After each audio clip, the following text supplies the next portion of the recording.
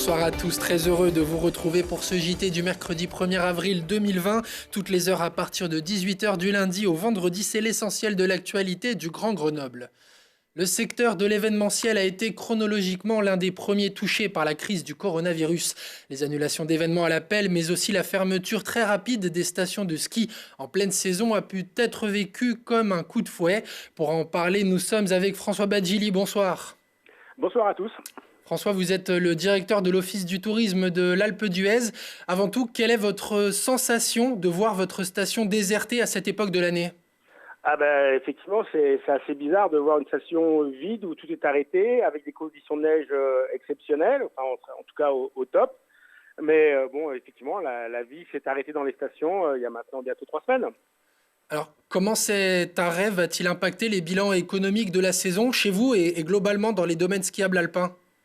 Vous savez, quand vous avez un tiers de votre chiffre d'affaires, enfin, un tiers de votre saison amputé, forcément ça a des conséquences sur tout un secteur. Bien sûr, les remontées mécaniques, mais il faut penser aux commerçants, aux hôteliers, aux moniteurs de ski qui, eux, c'est sûr qu'ils ne peuvent pas faire de télétravail. Donc ça a forcément des conséquences économiques lourdes. Et puis on ne sait pas comment on va pouvoir se préparer l'été. C'est très très compliqué en ce moment de pouvoir anticiper sur ce qui va se faire, les événements qui vont s'annuler, se reporter, qui seront maintenus. En tout cas, donc c'est un très coup dur. Dans notre malheur, on a tendance à dire, mais heureusement que c'est pas arrivé en décembre. Et puis après, je crois qu'il faut aussi garder la tête froide. Je crois qu'en ce moment, il y a des gens qui vivent des situations extrêmement difficiles, extrêmement graves. Nous, on est dans le tourisme, même si ça a des conséquences économiques pour certains qui vont être très dures à supporter. Je crois qu'il faut que chaque chose reste à sa place. Le tourisme, c'est important, mais en ce moment, il y a des choses plus graves. Alors François, vous aviez un événement mondial, la 2e édition de Tomorrowland Winter, que vous avez décidé très tôt d'annuler. Est-ce que cette situation peut mettre en péril l'organisation de tels événements à l'avenir, de tels événements à l'avenir ? Non, je pense pas. Les organisateurs Tomorrowland sont des gens qui ont les reins plutôt solides. Et effectivement, alors on n'a pas annulé Tomorrowland, on a eu l'interdiction de faire Tomorrowland. C'est pas la même chose, c'est pas un choix de notre fait, surtout qu'à l'époque, il n'y avait pas encore le confinement. On venait de tout terminer, toutes les installations, 6 semaines de travail, et du jour au lendemain, il a fallu tout arrêter. Donc c'est un coup dur, bien évidemment, et pour les organisateurs et pour la station, parce qu'il y avait quand même beaucoup de frais qui étaient déjà engagés et qu'on ne peut pas retrouver, mais ça ne met pas en péril la suite. Alors, dernière question avant de vous quitter. L'avenir est pour le moment un peu flou. Est-ce que vous penchez sur la saison d'été ou directement sur la prochaine saison d'hiver, en imaginant que même cet été, il sera difficile de tourner ? Alors, ce qu'il faut savoir, c'est que nous, déjà, dans les offices de tourisme, on travaille avec à peu près 10 mois de décalage. Donc, on était déjà sur la saison d'hiver, bien évidemment. Mais là, on est obligé de faire un peu de rétro-pédalage parce que la saison d'été, on ne sait pas du tout comment elle va se passer. Vous avez peut-être appris que l'événement qu'on a début juin, Alpe d'Huez, qui regroupe 14 000 Néerlandais pour leur téléthon, lui également est annulé. On ne sait pas ce qui va se passer pour la Marmotte début juillet. Donc, c'est très compliqué en ce moment de soit reporter les événements pour les avoir plutôt en fin d'été, voire début septembre, ou de pouvoir les maintenir pour ceux qui seraient fin juillet, début août. Donc assez compliqué. Et puis au-delà de l'autorisation ou pas de les faire, quelle va être la réaction de la population ? Est-ce que les gens vont avoir envie de se mettre dans des endroits avec de la foule ? Les étrangers, on pense qu'il y en a beaucoup moins qui vont venir cet été sur le territoire national.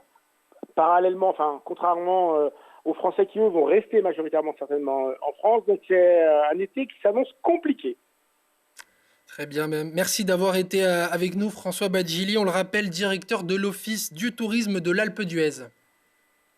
Un Échirolois de 18 ans a été placé en garde à vue ce mercredi après avoir été condamné à 2 mois de détention à domicile avec surveillance électronique la veille, mardi, pour avoir enfreint à 4 reprises la mesure de confinement. Le jeune homme n'en a fait qu'à sa tête. Ce matin, il a été interpellé par la police sur la 480 au volant d'un véhicule. Il sera poursuivi ce jeudi en comparution immédiate par le parquet grenoblois avec à la clé une peine d'emprisonnement ferme avec mandat de dépôt. Et alors qu'il n'y a à ce jour aucun bilan précis au niveau national du nombre de décès dans les EHPAD, un de ces établissements à la Verpillière connaît un lourd décompte. En quelques jours, c'est pas moins de 9 décès auxquels ont dû faire face les personnels de la maison de retraite Les Pivoles dans le Nord-Isère. Malgré des mesures de confinement dans les chambres et l'interdiction des visites des familles, le virus a réussi à s'infiltrer dans l'EHPAD dès le 20 mars. À ce jour, il reste des suspicions chez certains pensionnaires et 3 cas avérés chez les soignants. Les premiers essais thérapeutiques ont démarré au CHU de Grenoble, non pas contre le Covid-19, mais contre l'un de ses facteurs aggravants, à savoir la réponse immunitaire au virus, l'inflammation pulmonaire, qui conduit les patients en réanimation. L'objectif de ces tests, supervisés par le professeur Olivier Pollard, est d'identifier l'élément déclencheur de cette réponse immunitaire excessive. En stoppant ce dysfonctionnement du système immunitaire, les chercheurs grenoblois espèrent réduire les complications pulmonaires graves et par la même occasion le nombre de patients transférés en réanimation. Les premiers résultats de ces tests devraient être connus en début de semaine prochaine. Eux aussi sont en première ligne. La Croix-Rouge fait partie de ces associations qui font face à la crise du coronavirus. En Isère, pour le moment, on ne se sent pas dépassé ni en termes de moyens humains, ni en termes de moyens techniques, mais l'activité est évidemment en hausse.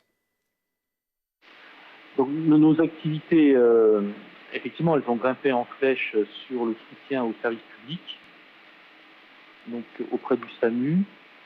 Là, il y a un centre de desserrement sur Pont-de-Claix dont la Croix-Rouge assure la partie sanitaire qui démarre pour l'accueil du public à la rue, suspect de Covid-19. Donc notre activité, elle augmente aussi de fait sur cette nouvelle activité.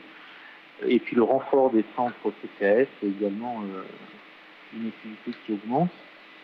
Et l'axe dédié donc à Croix-Rouge chez vous de conciergerie solidaire mobilise plus de 50 bénévoles, c'est aussi une montée en puissance. Alors moi je suis pas médecin, mais c'est certain que toute crise touche en priorité les publics vulnérables. Et les publics vulnérables, effectivement, ce sont des personnes qui sont sans domicile fixe, qui sont dans une situation très précaire, que ce soit lié à leur situation sociale, personnelle ou lié à leur âge.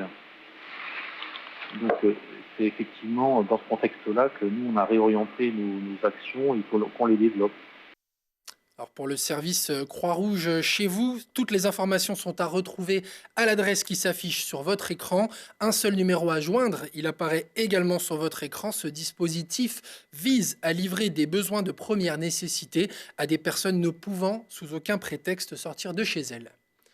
30%, c'est l'augmentation depuis le début du confinement des interventions des forces de l'ordre pour des violences conjugales, a annoncé le ministre de l'Intérieur Christophe Castaner, un chiffre qui a poussé la région Auvergne-Rhône-Alpes à intervenir.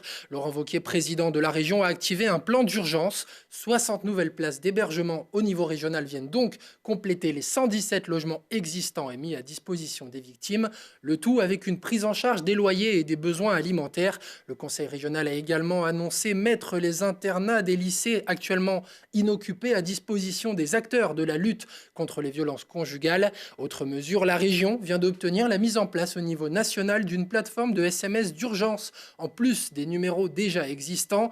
Dorénavant, un simple SMS au 114 et les opérateurs préviendront les forces de l'ordre. Ce dispositif, initialement porté par le CHU de Grenoble et à destination des sourds et malentendants, permet, je cite, d'alerter sans se faire entendre. Et puis cette image qui a fait le tour des réseaux sociaux, un Isérois un peu hypocondriaque, il faut bien le reconnaître, qui malgré les contre-indications de son vétérinaire a décidé de laver son chat à l'eau de Javel pour éliminer toute trace éventuelle de coronavirus, une action inutile et à risque selon la communauté médicale et à n'évidemment pas répéter chez soi.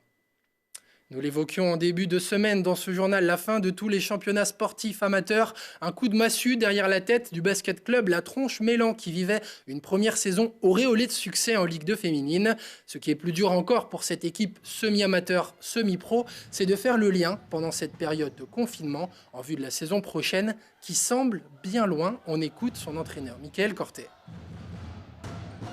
Comment les garder mobilisés ? Ça c'est difficile. Parce que le championnat, lui, reprendra peut-être septembre. Donc on est en mars. Donc ça fait un paquet de mois où elles ne vont pas pratiquer. Donc les garder aujourd'hui mobilisés, c'est difficile. Après, comme je l'ai dit juste avant, on leur a donné un peu de travail. On verra à la fin du confinement comment on peut s'organiser. Est-ce qu'on peut se réentraîner un petit peu ? Peut-être que les joueuses auront l'envie justement de reprendre. Donc on se calera un petit peu à leurs envies. Et nous, par contre, le staff, le club, on prépare déjà activement la saison prochaine. On le faisait déjà depuis quelques semaines, mais là, la fin de championnat a accéléré les choses. Le fait d'être confiné accélère les choses. On fait malheureusement aujourd'hui du basket qui est pas très marrant, c'est du basket par téléphone. C'est le moins sympa de tous, mais on est obligé d'y passer, donc on prépare activement la saison prochaine pour avoir une équipe un peu plus équilibrée et qui pourra encore être très compétitive sur la division.